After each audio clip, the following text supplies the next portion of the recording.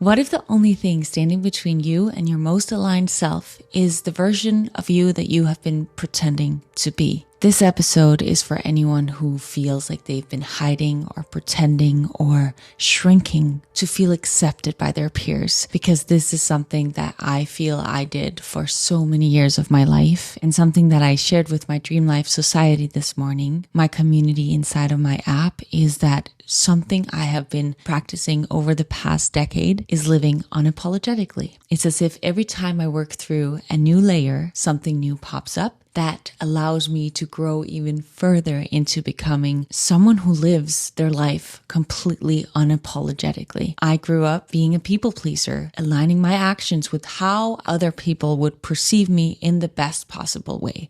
How could I come across to really leave a good impression on someone rather than show up as the unapologetic version of myself? And the more I have practiced showing up as my truest self and shredded all of these layers that I thought I needed to be, the happier a life I get to live and the more good and free life feels. And in next episode, I'm going to go through a half-year reset with you guys. And I thought that this topic of learning to live unapologetically as ourselves could be a great little reflection before we dive deep into how we want to set ourselves up for the absolute most success for the remainder of this year, because a lot can happen in 6 months. My life has drastically changed since January 1st to now, almost being at the half year's mark of 2025. A lot of that has to do with learning to live more unapologetically as myself. And so if we can reflect on this today, when we come back in a couple of days from now to do a half year reset and really reflect and set these new goals and action plan for the rest of the year, I think it will feel more aligned and more free and more good if we can create that plan from a place of alignment as to who it is that we are meant to be on earth instead of who we think we have to be to fit in. We often fear being too much or too loud or too silent or too energizing, and we will apologize for maybe our tone or our actions or our silence. And I think for most of us, this is a subconscious thing that we do, especially as females. This is something I've realized inside of my Dream Life Society, is that a lot of us will apologize if we take up too much time or too much space, or we speak about ourselves too much. And the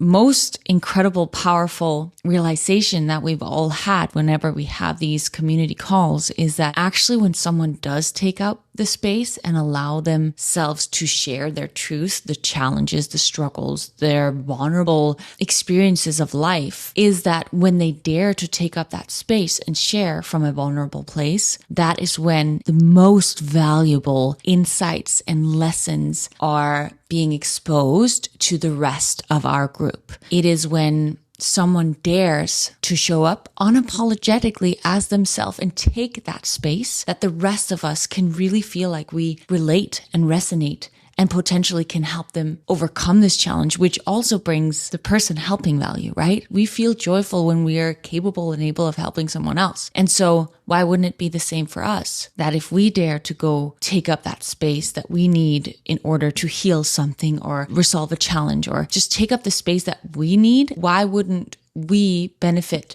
others in the same way that they benefit us when they dare to show up in that way? And I just want to point out again, often we do not realize that we're doing this. This is a subconscious thing that we are doing. Whatever it is our pattern is, every single person's pattern is different depending on how they grew up and how they were raised or how they perceived they needed to be in order to fit in, to be accepted, to feel love, either from their parents or in school or whatever environments they were in. For me, for example, I thought I had to be quiet. I had to be chill and not be too opinionated. I just needed to fit in with whatever anyone else wanted to do, anyone else believed and thought, because I thought that if I were to think outside of what they thought, then they would dislike me. And so this is not something my parents taught me, but this is something that I perceived to be true. And it has taken me many years to unpack the fact that this was my perception and it is not the truth. I can speak up, and I believe that through learning to speak up on my social platforms, on my Challenge Your Own podcast, sharing my entire truth and life on YouTube, and being a little bit extra and messy and loud on my Instagram little reels, for example, that's actually allowed me to help a lot of people. And if I had not overcome the fear of being too much, of being too loud, of sharing my opinion, no matter how other people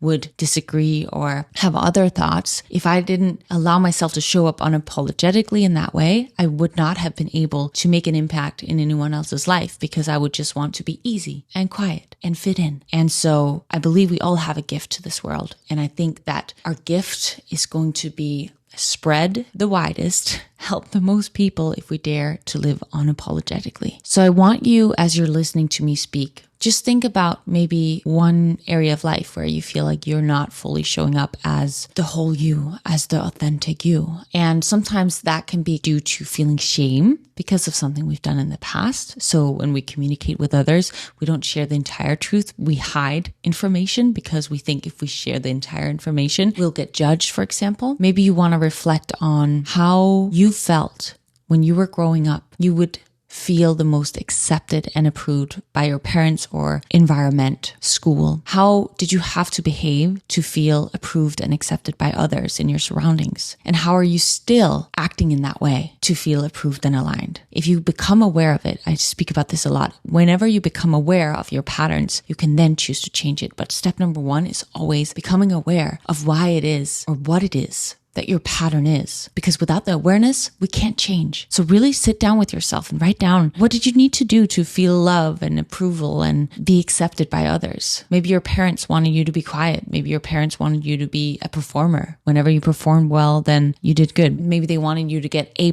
in school, and that's led you to strive for perfection in all areas of your life today. But does that serve you? Are you setting the right type of goals? The type of goals that are in alignment with how you want to live your life? Maybe the question of, where did you learn that being fully you, fully unapologetically and completely you, was unsafe, or it would make you unlovable? Where did you learn that? When did you learn that? Unpack that. I really hope that the questions I'm asking you help you gain little pieces of clarity. And one final question that I would love for you to ask yourself is, what parts of me did I learn that I had to shrink to avoid being rejected? Maybe you were very creative as a child. You had a very creative mind. But when you shared that, when you shared your art or your creativity, you were looked down at or told that you needed to do or be differently. What did you avoid doing? What did you shrink so that you could gain this approval, this acceptance by others? Whenever in my life today, I have to make a decision and choose what I need to do, what I want to do, I like to check in with myself and ask myself, why is it actually that I'm doing this? Is it because I want to do it, or is it to be accepted by others or gain approval? What is the real reason that I want to do this? I just took a little break from this recording because I had a life coaching session with my life coach. And it's interesting because today what we did speak about was this living unapologetically. And we were speaking about how I'm someone who really values always acting out of kindness to every single person. And what he mentioned was that comes from first acting out of kindness to yourself. It's true, right? If we act out of a half cup, we cannot show up for others with the most amount of kindness. But if we act out of kindness from ourselves first, then we can also be kind to others. And sometimes that does mean that we have to do things that are in alignment with us, that may potentially be perceived in some way different than good for others, or it may not always be what the other person wants. And this week, I had to do something that was probably one of the hardest things I've ever had to do, because it did require me to do something that the other person didn't want to do, but I had to do it for my well-being. I had gotten very affected emotionally, consistently from something, and my mom, my best friend, and other people in my life who know me well, who I had sought advice from, shared with me that I needed to completely close the door, to no longer allow in that type of energy in my life. And closing the door, I felt so bad about, because it would affect the other person. But for me to be able to show up unapologetically and keep my peace and my energy, that was something I needed to do. And it's not something I've ever done before. And I think that's also why it's so hard for me, because I just want to keep everyone happy. But in this very instance, I wasn't able to, or at least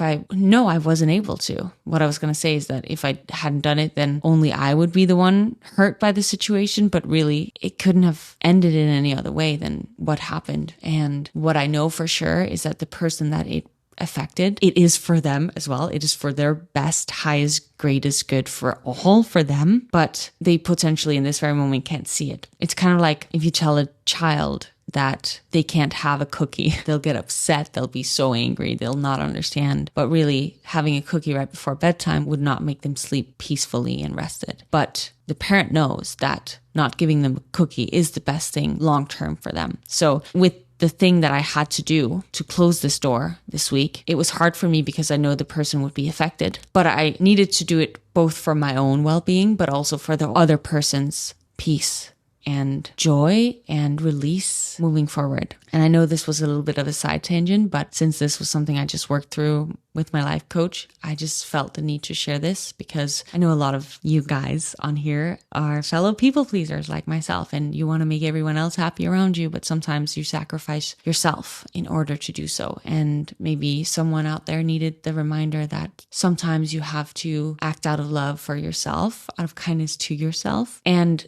the other person may be affected by that, but long term, it could really be helpful, beneficial for that person as well. I really think that when we live unapologetically, even in a challenging situation like that, it will benefit not just ourselves, but also the people around us, whether it's subconsciously or consciously. Like, for instance, me being a life coach, I'm not there to be liked by my clients. I'm there to serve them, ask them questions that will help them understand themselves more and what's authentically true to them, right? So sometimes I'll have to ask them questions that they don't want to answer, they don't want to look at. That doesn't feel good. Maybe it'll even trigger them. But me asking that question, I know will plant a seed in their head that will help them potentially create a new perspective. I'm not saying what's true or what's not true. I'm just asking them questions. As a life coach, you ask people questions for them to come up with their truth, their aligned answers. So I would never place upon someone what they should think or do or be, but I will challenge them. And as I challenge them, it typically will trigger something within them that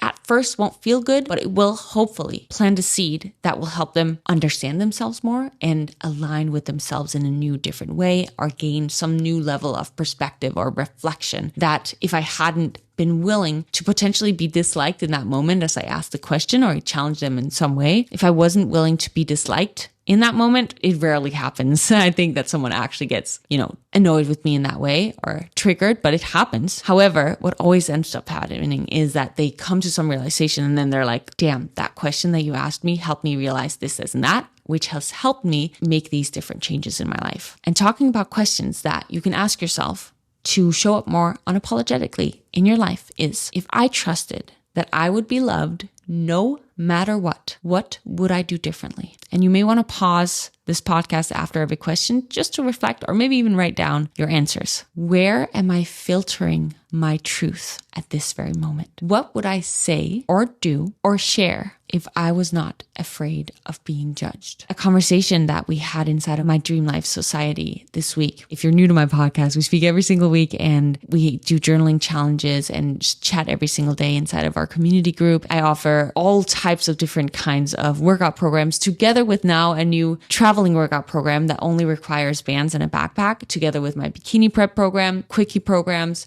gym programs, elite programs, all different kinds of programs, together with all my recipes, nutritional guide. I help them with macros. It's like really all around life based. But something that we were talking about during our call this week was that some of the beautiful women in there had realized that the reason they weren't committing fully to content creation, let's say, was because they were afraid of being seen. They were afraid of fully showing up as this version of themselves that they wanted to share and be for the world, to gain some sort of value from what they had to offer. And within that realization, because they realized that it's due to maybe fear of judgment or the fear of being seen, with that awareness, they could then say, F that, I'm going to show up regardless. I'm not going to let this fear hold me back from showing up. Now I'm going to use the word unapologetically as myself, because that's the topic of this podcast, and that it really is what it is. That's not what they said, but it really is what it is, right? If I eliminate that fear, then I can really show up as fully, wholly, completely as myself. Now, the next question is, if I let go of wanting to be liked, who would I become? Who would I show up as? Now, the fifth question is, what am I no longer available to tolerate or explain myself away for? The sixth question, second last, is, what if I showed up as 100% myself today? How would I move? How would I speak? How would I dress? How would I create? And how would I connect? And finally, what is one small way that I can show up in a more aligned, authentic, unapologetical way for myself today? It's so interesting because when I look back at my old stories that I would make on Instagram, I can just see the energy I showed up as was just like me, like me, like me, like me. And I'm sure if I look a year from now at my stories that I'm making today, there's still layers of that I need to completely eliminate. But I also can see how big of a change asking myself these kinds of questions and then practicing showing up as myself has made visibly, and even in my voice. Like if I listen to my voice a couple of years ago, it was so sweet and kind like this. And I'm not saying that I don't always also still speak like that, but it's like my voice has changed as I have become more unapologetically myself. It's like our whole energy is going to change when we show up as us instead of what it is that we think we have to be. To be sweet enough, to be cute enough, to be nice enough, which is what I was trying to be. Now I know that I am kind.